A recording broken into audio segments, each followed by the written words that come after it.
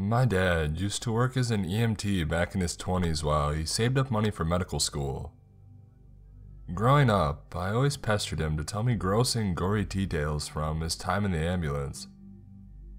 He used to appease me, much to my mother's disapproval. Kids shouldn't be hearing these kind of stories. My mother would clip at us from behind a newspaper. My dad would always smirk and wink at me. No child of mine is gonna be squeamish, that's for sure. He'd retort as he'd pat me on the knee. They're gonna hear my stories, no matter how bloody or filled with vomit they are. Well, if they're messed up, it's your doing, my mother huffed. I don't care if it wasn't safe for a kid to listen to my dad's stories. I always loved them. He told me a story about the time where him and his partner found a severed foot hanging from a tree limb in the local park. His buddy and him tried to get it down with a broom and a coat hanger. They were only successful when the foot came crashing down on his partner's head, covering him in pus and blood. The owner of the foot came limping out of his trailer, cursing at my dad for disturbing his property. I also learned about the time when my dad was called over to an old lady's house on Christmas Eve. No one was hurt, but the old woman was so lonely that she faked a heart attack just to get someone to come and sit with her for Christmas Eve dinner. My dad stayed for 4 courses, and he came back every year after that until she passed away one spring morning. We all attended the funeral with him, and I even heard about the time when he got called to untangle 2 teenagers who got their piercings stuck in, let's just say, delicate places. From broken bones to bloody accidents, my dad had seen it all, and he'd shared it all. Well, at least I thought he had. That is until a few hours ago when we polished off the last of the scotch that we had on the shelf. We were sitting on the front porch, watching the rain hammer into the street, collecting into a big, sluggish pool. I sat my glass down on the end table and leaned back on the rocking chair. We were silent for a minute, listening to the thunder roll across the small Pennsylvania town. "What's the worst thing you ever saw as an EMT?" I asked, more out of boredom than genuine curiosity. I was sure he would reiterate the story about the time he found a kid who was hit by a drunk driver, his stuffed bunny still clutched in his bloody hand. My dad was silent for so long that I thought he must have fallen asleep. I turned towards him, only to find him staring hard into the night, his knuckles gripping the wooden chair so hard that I swore they were starting to look white. "Dad?" I murmured, afraid that I had upset him. He ran his hands through his graying hair and rubbed his temples. He looked at me and smiled sadly. "Did I ever tell you why I quit?" "I thought you quit because you got into medical school." He chuckled. No, that wasn't the reason.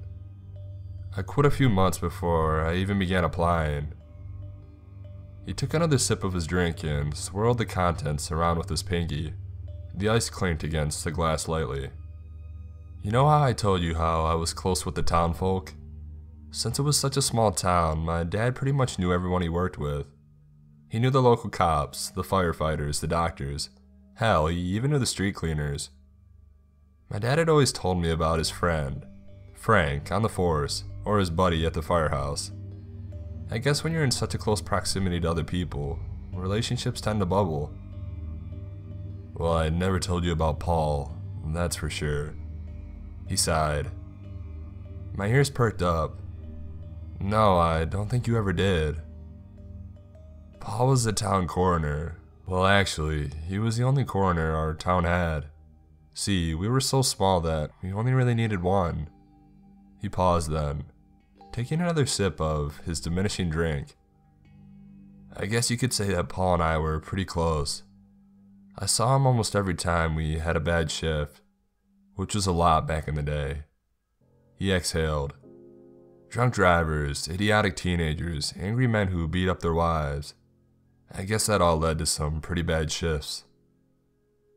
The rain began to pound harder against our roof. I scooted my chair closer to my dad so I could hear him over the roaring of the storm.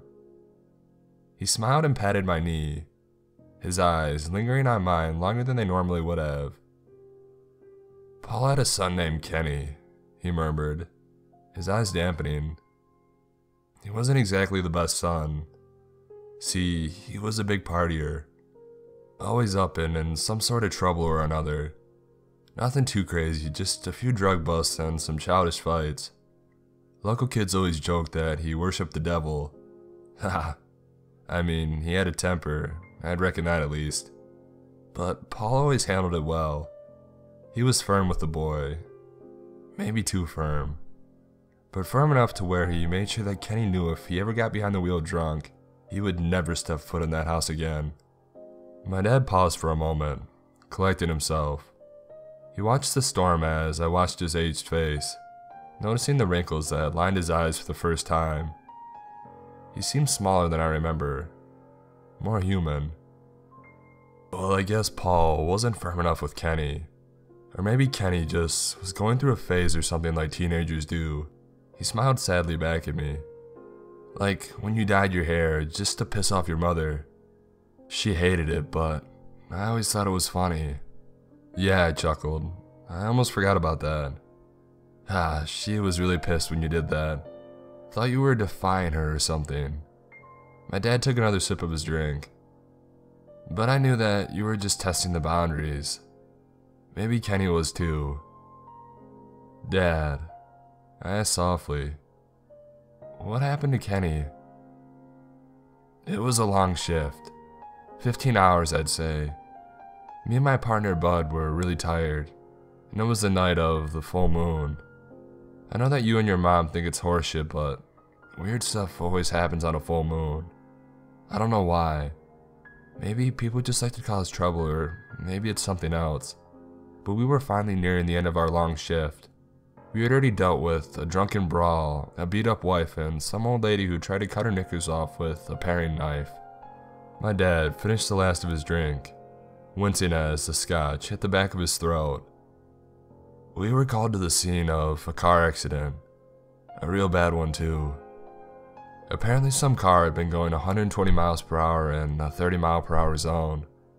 It barreled right into the side of a tree and wrapped itself around the trunk real good.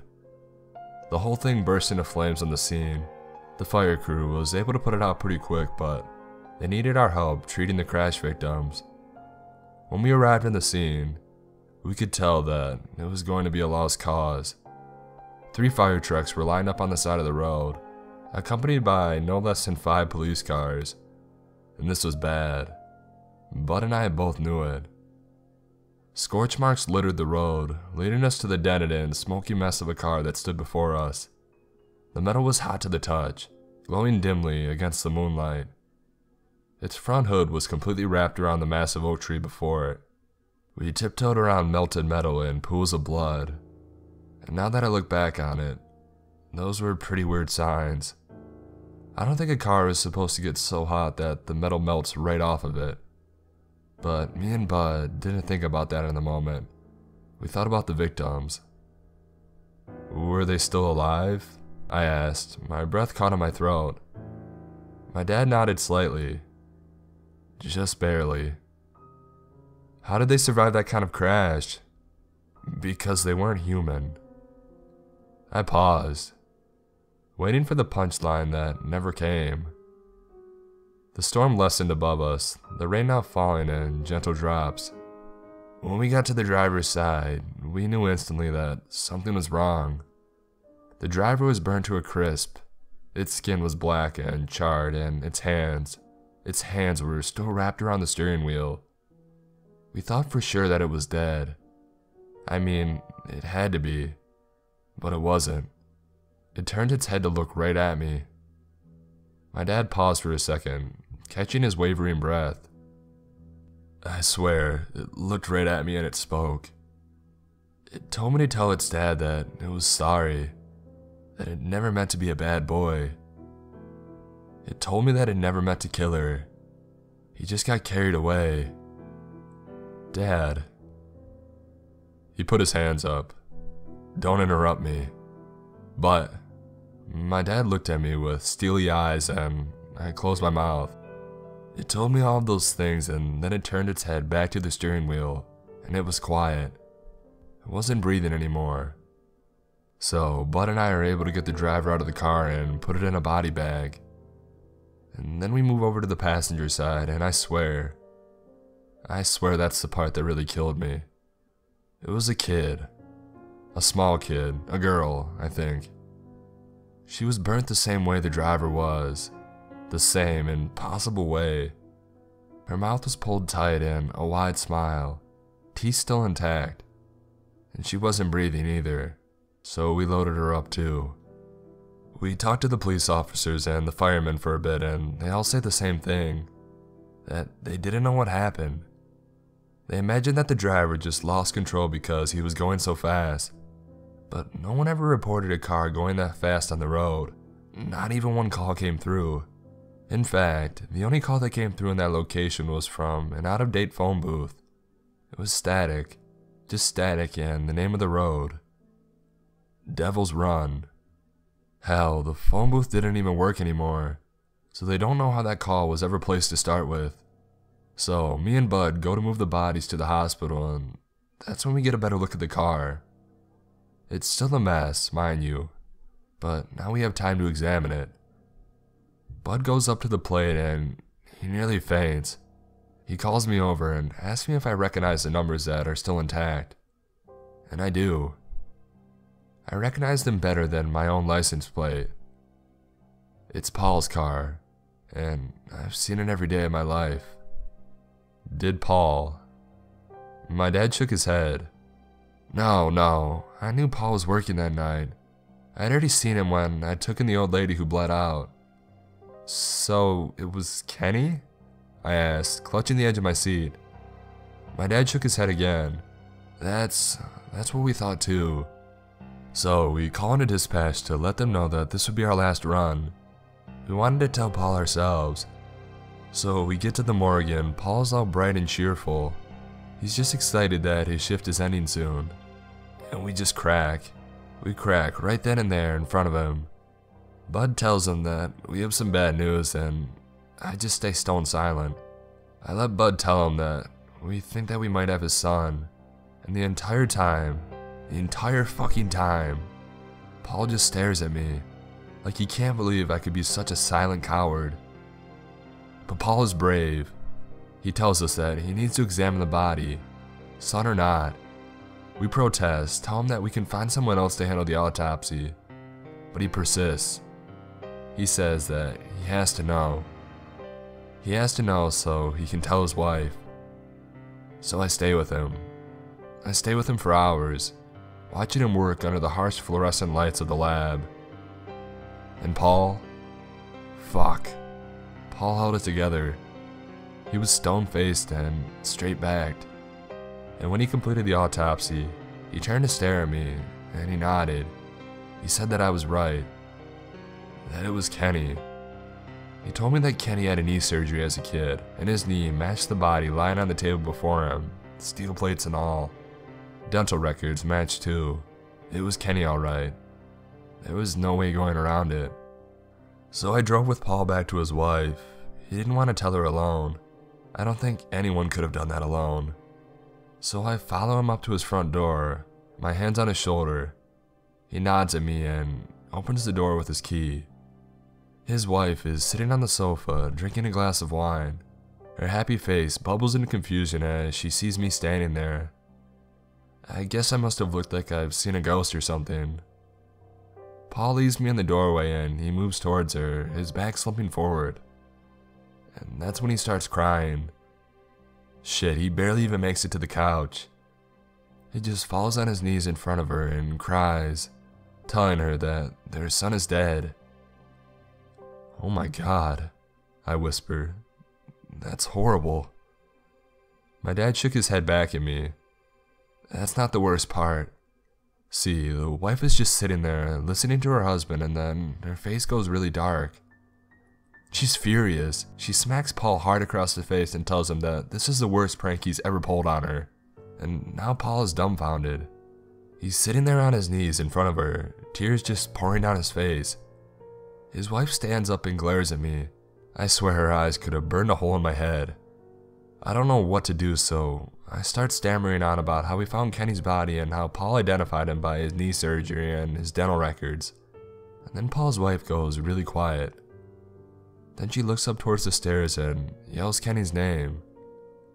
A few seconds later, Kenny comes barreling down the stairs, annoyed that his video game was interrupted.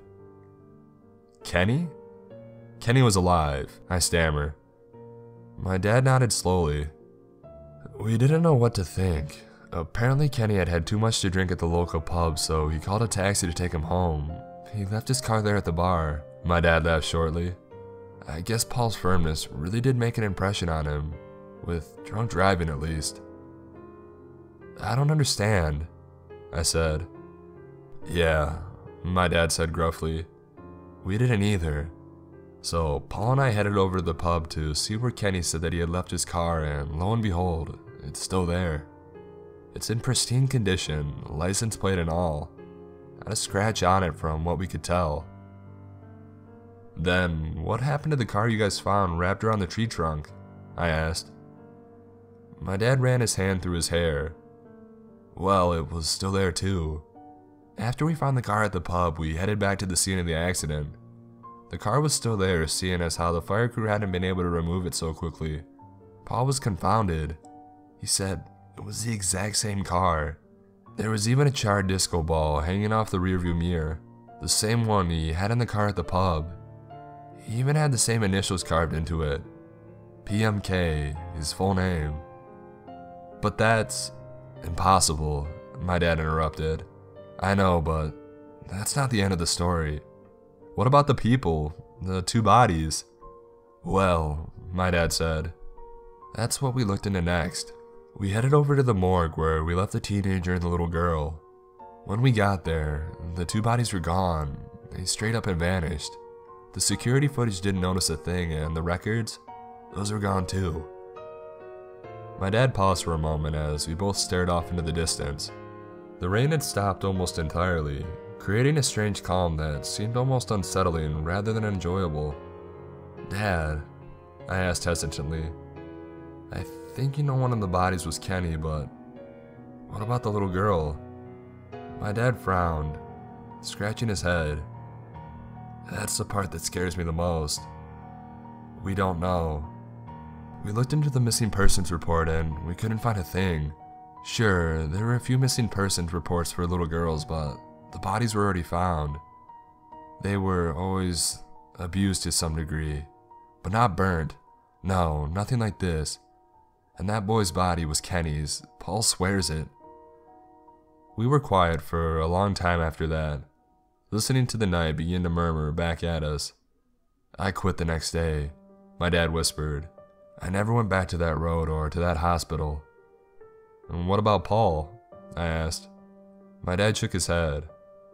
Well, he took his own life after what happened next. What happened, Dad? I asked hesitantly. I wasn't sure if I wanted to hear any more. My dad blew his nose into his handkerchief and wiped his teary eyes. I hadn't even realized that he had started crying. Kenny was a bad kid. He was a bad kid, all right, my dad sobbed. A few months later, they found him in the bed with a little girl, no more than 12, and she had been dead for a while. How could he? He had been doing it for a while, they reckon, picking up little girls in that car and touching them, hurting them, killing them and keeping them. I don't know, but I don't know how he could have done something like that. But when they caught him, he took off in the car with the girl's body. He was speeding really fast. Too fast. Devil's Run? I asked. My dad just nodded, too emotional to say anything more. He crashed, didn't he? I probed. My dad nodded again, blowing his nose into his handkerchief. Paul wasn't the same after that, he murmured. Paul gouged his eyes out a month later, on the next full moon. He was in the morgue when he did it. He took a scalpel to his eyeballs and he just kept going. No one found him till the morning, and by then, he had cut his arteries out, one by one. Dad, I'm so... It's fine, he interrupted. It was a long time ago. We sat there in silence once more. The crickets had finally come out after the storm, blanketing the night in sound. My dad played with his empty glass, cupping it between his hands. "Dad," I began, "if the crash didn't happen for a few months later, who did you see in the car that night?" My dad gently put the glass back on the table, looking up at me stoically. "I saw Kenny. I saw Kenny and the girl he would murder."